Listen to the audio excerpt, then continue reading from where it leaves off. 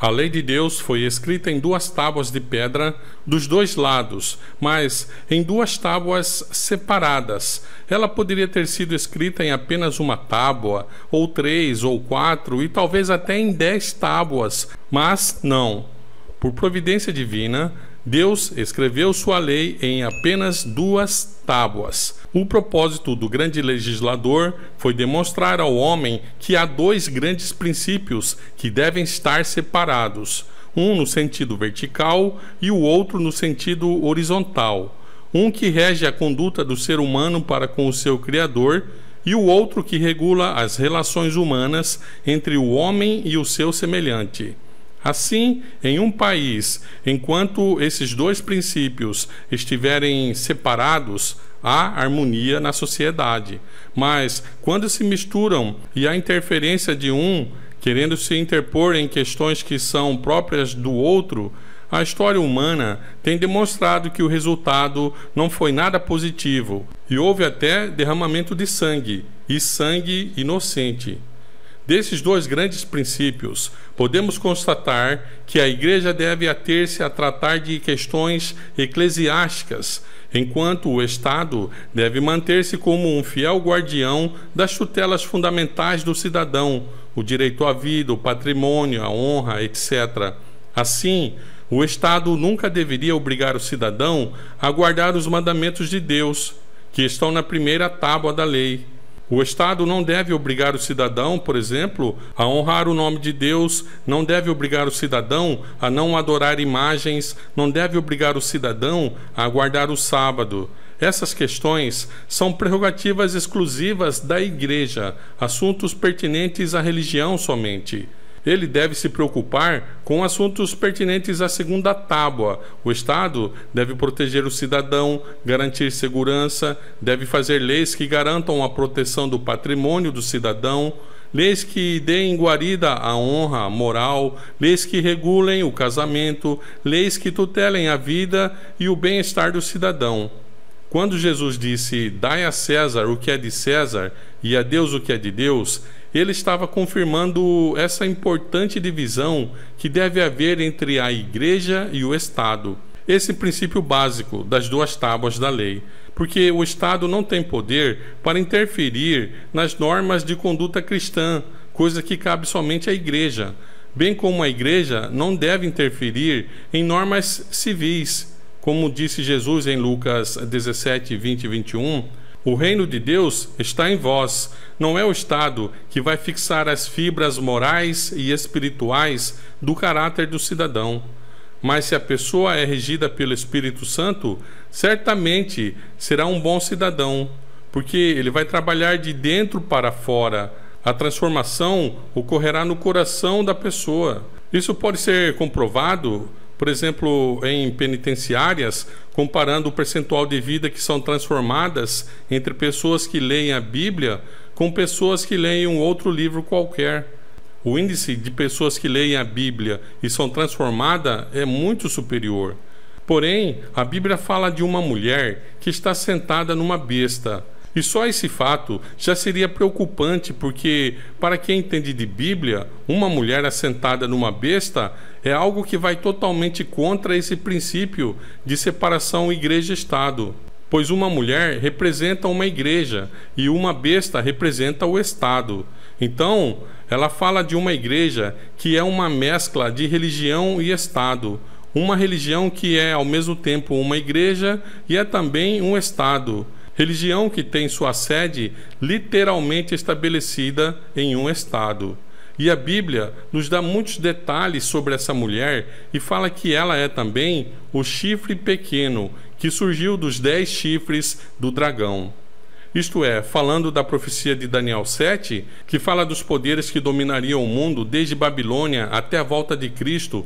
Após a queda do Império Romano, haveria um período em que 10 países estariam no cenário mundial e depois surgiria um país pequeno dentre os 10 e destruiria 3 reinos e dominaria o mundo por 1260 anos. Então, o chifre pequeno, isto é, o país pequeno estaria no controle do mundo. E pela história podemos constatar que esse poder misturou as duas tábuas da lei, misturou a igreja com um Estado, a tal ponto que ela mesma veio a vir a ser um Estado. Mas isso não é sem propósito, é totalmente intencional, porque por falta de autoridade bíblica, um simples "assim diz o Senhor", essa mulher, essa igreja, lança mão do poder opressivo do Estado para fazer valer seus interesses religiosos. Dessa forma, ela pode punir os hereges, os dissidentes, os que pensam de forma contrária aos seus dogmas. Dessa forma, ela obriga as pessoas a aceitarem os seus credos religiosos. Isso foi o que ocorreu durante a Idade Média, quando milhões de cristãos foram mortos na Inquisição por recusarem a desobedecer os mandamentos da Bíblia e aceitarem as tradições humanas impostas por essa igreja. É por isso que na profecia de Daniel 2 é dito que após o Império Romano, o poder que estaria dominando o mundo na volta de Cristo será um poder que seria uma espécie de mistura de ferro e barro, isto é, igreja e Estado. As nações até tentariam se unir, mas esse poder seria tão influenciador e iria interferir entre as nações que elas não conseguiriam se unir. Mesmo tendo um lado forte como o ferro, o Estado, esse poder teria um lado que parece ser fraco, o barro, a igreja. É o que muitos pensam hoje: o Papa não apita mais nada no mundo, não tem poder para nada. Ledo engano. Por trás dessa aparente fragilidade, há uma poderosa rede de controle estatal, onde essa organização religiosa controla os países do mundo inteiro. O livro de Apocalipse fala de dois poderes que atuarão no cenário mundial nos últimos dias. Um que está na Europa e o outro que está na América do Norte. O que está sentado na Europa controla o mundo, a tal ponto que o poder que está estabelecido na América do Norte vem a ser apenas uma ferramenta em suas mãos e vai preparar todo o cenário para que esse poder que está na Europa, mais precisamente em Roma, volte novamente a dominar o mundo. E a Bíblia fala que esse poder da Europa, de Roma, ele recebe poder e autoridade vinda de Satanás.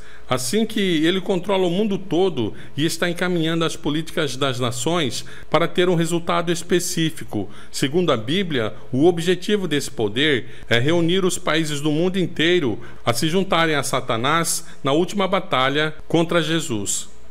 Então, esse poder tem muitos mecanismos e, como ele controla a política das nações, ele tem o controle da situação e, através de seus mecanismos, ele pode ter o resultado que desejar. Por exemplo, através de medidas comportamentais, ele pode fazer com que os cidadãos de um país se aborreçam tanto com determinadas políticas públicas de um partido, que os cidadãos de bem vão se ver obrigados a eleger candidatos próprios que se alinham com as suas convicções e vão pressionar o Estado para legislar sobre questões de ordem moral. E as pessoas nem imaginam que isso tudo faz parte dos ajustes implementados por agentes desse poder de Roma. E assim, o mundo todo está sendo levado para uma situação tal que os países mergulhados no caos, as pessoas vão implorar para que esse poder governe e restabeleça a ordem no mundo. Assim, o ferro e o barro estará constitucionalmente no poder outra vez. E para isso acontecer, o poder que está estabelecido na América do Norte precisa adotar medidas que agora são inconstitucionais, porque nesse país, os Estados Unidos, o Estado não pode interferir em questões relativas à igreja, porque a separação entre igreja e Estado é bem definida. Mas um dia, os homens dessa nação vão abandonar esse princípio e o Estado vai interferir em assuntos da igreja. E quando isso acontecer, quando os Estados Unidos abandonarem esse princípio que tem feito desse país o guardião da liberdade e da consciência, promulgando uma lei de interesse religioso, esse país mergulhará numa profunda crise da qual jamais se recuperará. E isso se espalhará para o mundo todo, e então as pessoas vão implorar para o poder de Roma governar, e as 10 regiões do mundo entregarão o poder para esse poder que está estabelecido em Roma. Assim, o ferro e o barro estarão legalmente no poder outra vez, no controle do mundo, e agora, oficialmente, constitucionalmente. E quando isso acontecer, as fogueiras voltarão a serem acesas novamente, e segundo a Bíblia fala, quando isso acontecer, logo virá a destruição. Então, o que está faltando para isso tudo acontecer é o que estamos vendo hoje, a degradação moral da sociedade, corrupção no mundo político, corrupção na igreja, líderes religiosos ficando bilionários com dinheiro de fiéis, distúrbios na sociedade. Soma-se a isso as questões ambientais, as calamidades naturais, etc. Então, será criado um ambiente de caos, um caos ameaçador, e o mundo todo vai se juntar para fazer algo para conter essa ameaça. E vão fazer de tudo, menos parar de transgredir os mandamentos de Deus, pois essa é a verdadeira causa da degradação moral, das calamidades naturais. Segundo o livro de Isaías, no capítulo 24, versículo 5, a terra também está corrompida sobre os seus habitantes, porque eles têm transgredido as leis, mudado os estatutos, quebrado o pacto eterno. E de acordo com Deuteronômio 4:13, o pacto eterno envolve a guarda dos 10 mandamentos. E ele vos declarou o seu pacto, que ordenou que cumprisseis os 10 mandamentos, e os escreveu em 2 tábuas de pedra. Assim, as coisas só tendem a piorar, porque por mais que eles vão fazer de tudo para tentar salvar o planeta, a verdadeira causa não estará sendo considerada: a quebra dos mandamentos de Deus. Então, assim que os Estados Unidos criarem a lei que tornará invalidada a lei de Deus, o decreto dominical, a lei que visa profanar o sábado, será então carimbado na ficha daquele país lá no céu a seguinte frase: apostasia nacional. E esse país então mergulhará numa terrível crise, e como efeito dominó, já que o mundo todo copia essa nação, a crise se espalhará por todo o mundo.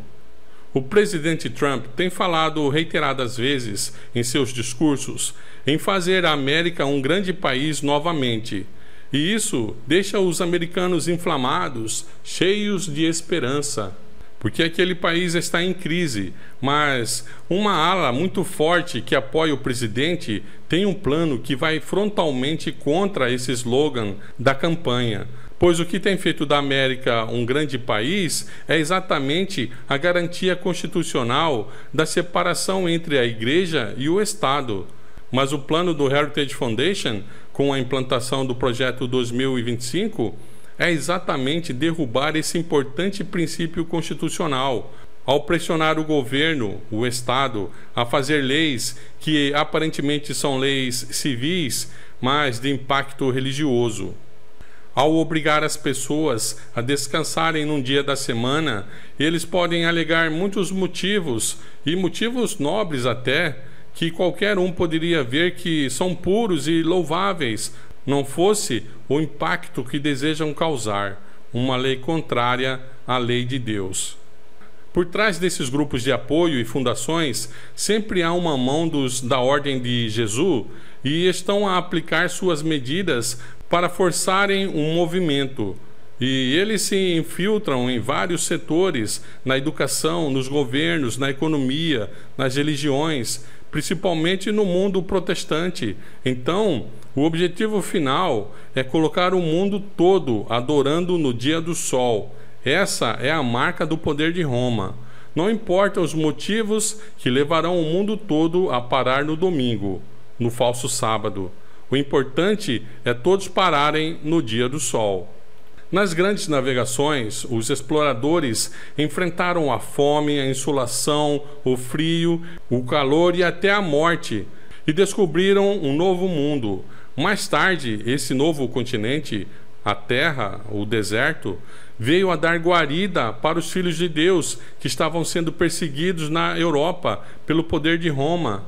Esses fiéis se estabeleceram na América do Norte e fundaram uma nação, a qual seria o sétimo reino, o sétimo poder, contendo esses dois grandes princípios de separação da lei de Deus entre a Igreja e o Estado, entre a primeira e a segunda tábua. A separação desses dois poderes tem feito dos Estados Unidos um grande país. Segundo Ellen White, esse é o segredo da grandeza dessa nação. O republicanismo e o protestantismo tornaram-se os princípios fundamentais da nação. Esses princípios são o segredo de seu poder e prosperidade. O Grande Conflito, a imutável lei de Deus, página 441. A separação da Igreja e o Estado, esse é o segredo desse país, e estão querendo jogar tudo isso no lixo. Ao aproximar-se de Roma, os americanos vão desprezar do cuidado que os fundadores tiveram de manterem-se afastados do poder de Roma. O país, que é ao mesmo tempo um Estado e uma Igreja, trabalhará para que os Estados Unidos, um país protestante, abandonem o princípio de separação entre a Igreja e o Estado e adotem princípios católicos que usam o Estado para impor leis de interesses religiosos, porque não possuem lastro bíblico, não possuem fundamento na Bíblia. Então, eles utilizam o poder coercitivo do Estado.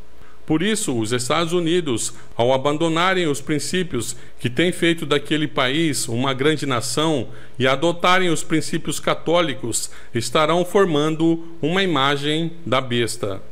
Diz Ellen White no livro O Grande Conflito, A Imutável Lei de Deus, página 443. A fim de formarem os Estados Unidos uma imagem da besta, o poder religioso deve a tal ponto dirigir o governo civil que a autoridade do Estado também seja empregada pela Igreja para realizar os seus próprios fins. Quando quer que a Igreja tenha obtido o poder secular, ela emprega-o para punir discordâncias às suas doutrinas. Então, vimos que quando as igrejas protestantes dos Estados Unidos, com todos os seus movimentos e grupos conservadores, pressionarem o governo daquele país a adotar medidas restritivas aos dissidentes de suas medidas que visam conter a degradação moral e restaurar a ordem, então estará formada assim uma imagem da besta. Eles vão pressionar o Estado a adotar medidas que são de prerrogativas próprias da Igreja, forçar o cidadão a agir de tal forma que só cabe à Igreja fazer esse papel. Mas assim como foi no passado, tudo se repetirá, porque a Igreja hoje está afastada dos mandamentos de Deus.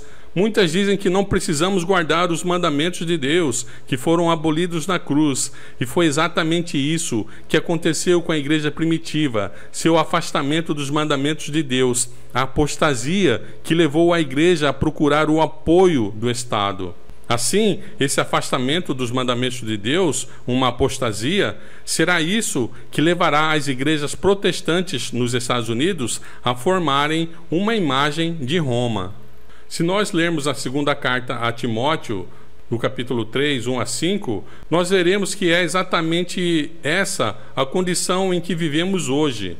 Nos últimos dias sobrevirão tempos trabalhosos, porque haverá homens amantes de si mesmos, avarentos, presunçosos, soberbos, blasfemos, desobedientes a pais e mães, ingratos, profanos, sem afeto natural, irreconciliáveis, caluniadores, incontinentes, cruéis, sem amor para com os bons, traidores, obstinados, orgulhosos, mais amigos dos deleites do que amigos de Deus, tendo aparência de piedade, mas negando a eficácia dela.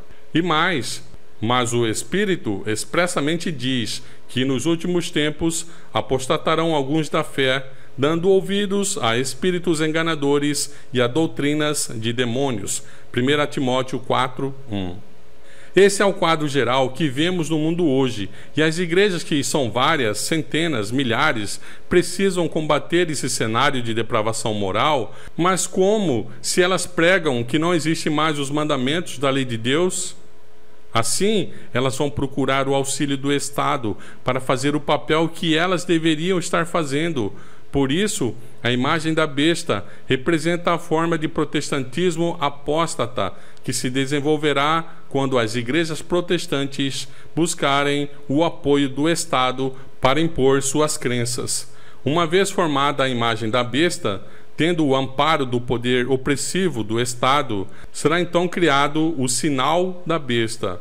Então, todo esse cenário que vemos hoje dos grupos religiosos de apoio ao presidente Trump são, na realidade, a imagem da besta, porque eles são sutis, eles não vão implementar tudo de uma vez, vão criar uma lei aqui, outra ali, nada sem relevância religiosa, leis sociais, do direito de trabalho, leis civis em geral, mas pelas entrelinhas, junto com o pacote, vem ali escondida, camuflada, leis de interesses religiosos. Assim, logo estaremos vendo uma lei dominical dos Estados Unidos da América do Norte, quer seja abertamente em nome do domingo ou em forma sutil, em forma de um falso sábado.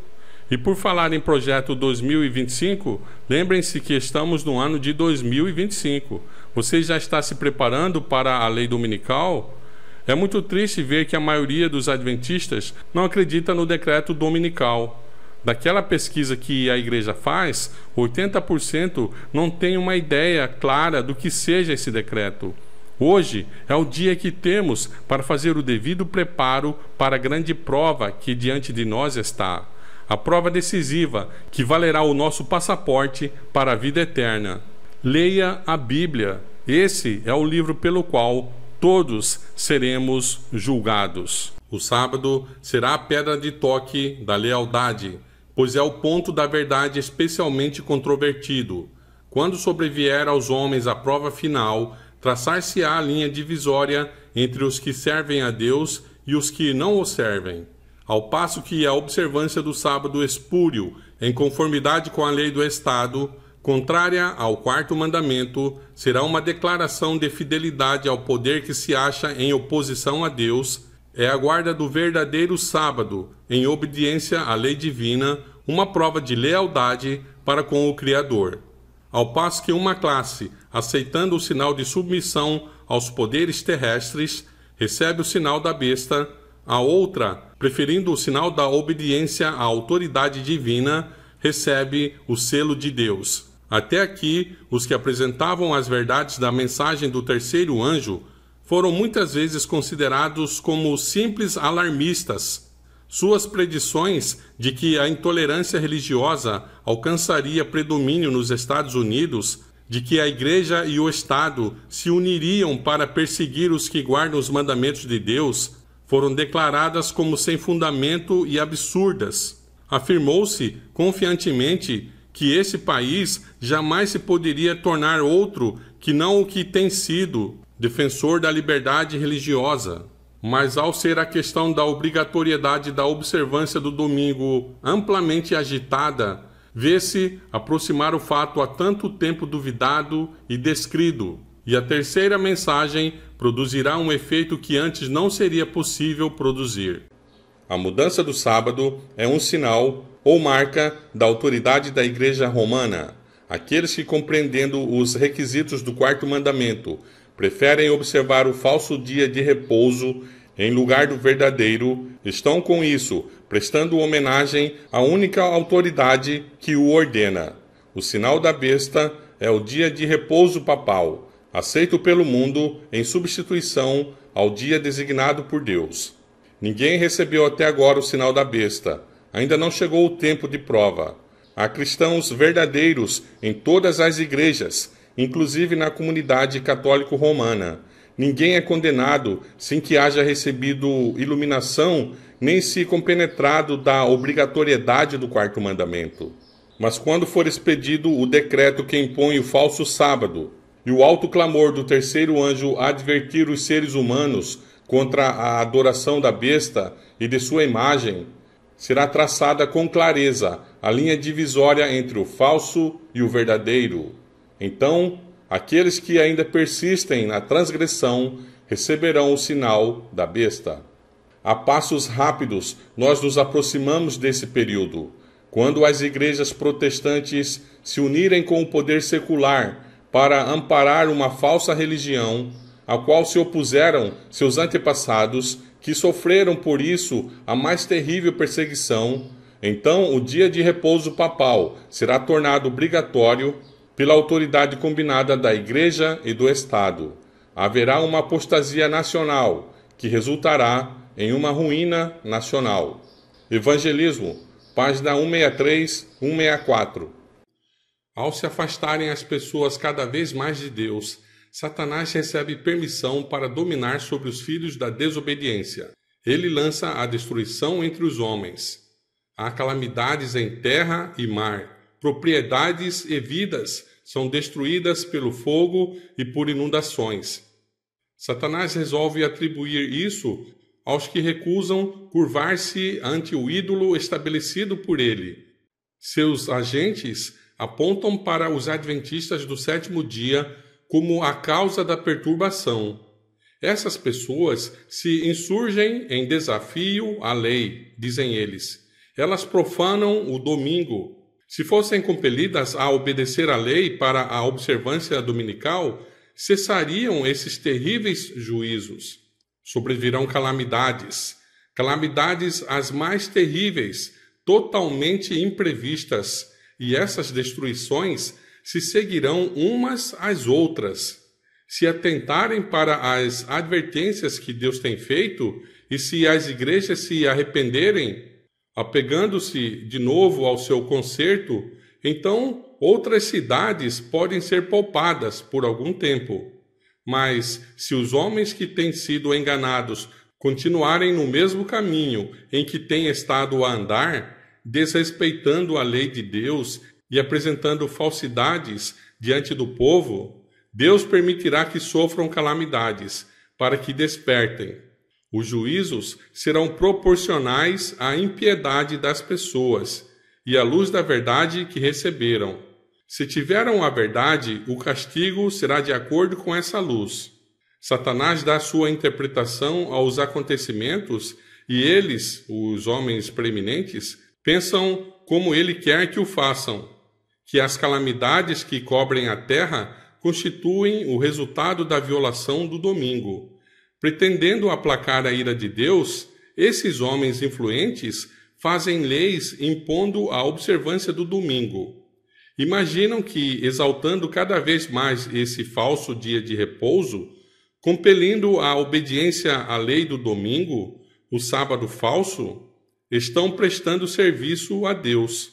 Os que honram a Deus observando o verdadeiro sábado são considerados desleais ao Senhor, quando, em realidade, os que assim os consideram é que são desleais, porque estão calcando aos pés o sábado originado no Éden. Maranata, página 175. Estamos vivendo no período mais solene da história deste mundo. O destino das imensas multidões da Terra está prestes a decidir-se. Nosso próprio bem-estar futuro e também a salvação de outras almas dependem do caminho que ora seguimos. Necessitamos ser guiados pelo Espírito da Verdade. Todo seguidor de Cristo deve fervorosamente indagar: Senhor, que queres que eu faça? Necessitamos humilhar-nos perante o Senhor, com jejum e oração, e meditar muito em Sua palavra, especialmente nas cenas do juízo. Cumpre-nos buscar agora uma experiência profunda e viva nas coisas de Deus. Não temos um momento a perder. Acontecimentos de importância vital estão a ocorrer em redor de nós. Estamos no terreno encantado de Satanás. Não durmamos como sentinelas de Deus, pois o adversário está perto, de emboscada, pronto para a qualquer momento, caso nos tornemos negligentes e sonolentos, saltar sobre nós e fazer-nos presa sua. O movimento dominical está abrindo caminho na escuridão. Os líderes estão escondendo o verdadeiro propósito e muitos daqueles que se juntam a esse movimento não veem para onde vai a corrente que se faz sentir por baixo dos objetivos, pois professam motivos benignos e aparentemente cristãos, Mas quando falarem, o espírito do dragão será revelado. Testemunhos, volume 5, página 427. O Senhor te abençoe e te guarde. O Senhor faça resplandecer o seu rosto sobre ti, e tenha misericórdia de ti. O Senhor levante o seu rosto sobre ti, e te dê a paz.